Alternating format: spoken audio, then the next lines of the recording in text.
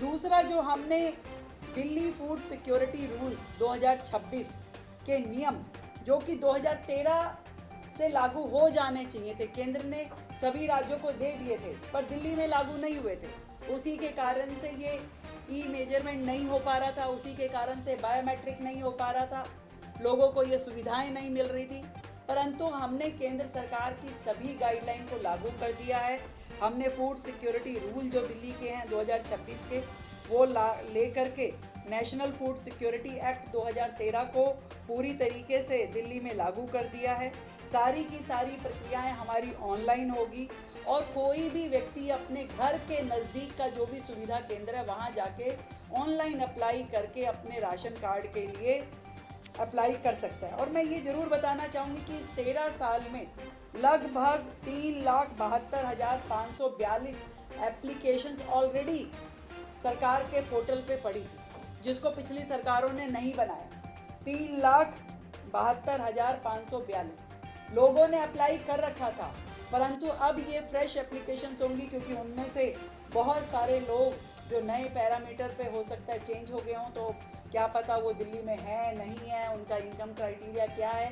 तो नए नियमों के हिसाब से लोग फ्रेश अप्लाई करेंगे और बिना किसी परेशानी के, बिना किसी दफ्तर के चक्कर काटे हुए, हमने अखबार में भी ऐड दे रहे हैं, हम पूरी तरीके से इस डिजिटल प्रक्रिया के माध्यम से लोग अपना राशन कार्ड अप्लाई कर पाएंगे। नए सदस्य जुड़वाने का काम हो या किसी सदस्य को हटवाने का काम हो, ये सारा अब डिजिटल प्रक्रिया के माध्यम से हो पाएगा।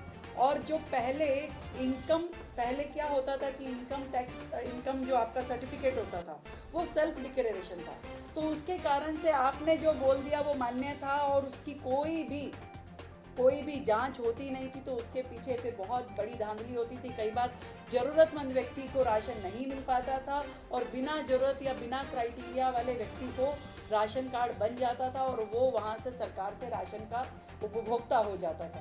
तो अब हमने कुछ चीज़ें जो अनिवार्य की हैं, जो रिक्वायरमेंट हैं, वो सारी जो दस्तावेज बहुत ही आसान है।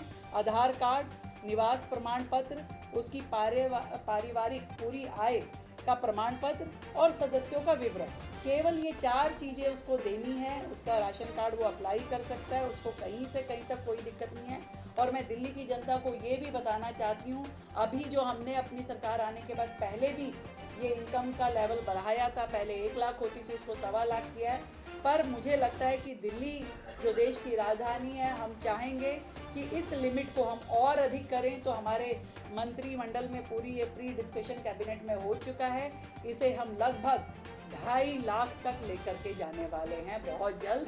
तो हमारे दिल्ली के लोग 2.5 लाख इनकम क्राइटेरिया के अंदर जिसकी पारिवारिक इनकम आ रही है, उसके साथ में इन राशन कार्ड के लिए अप्लाई कर पाएंगे। दिल्ली की जनता को बेहतरीन, बहुत ही पारदर्शी, सुविधाजनक सुविधाएं मिलें इस राशन कार्ड को बनाने के लिए, उसके लिए हम काम कर रहे हैं।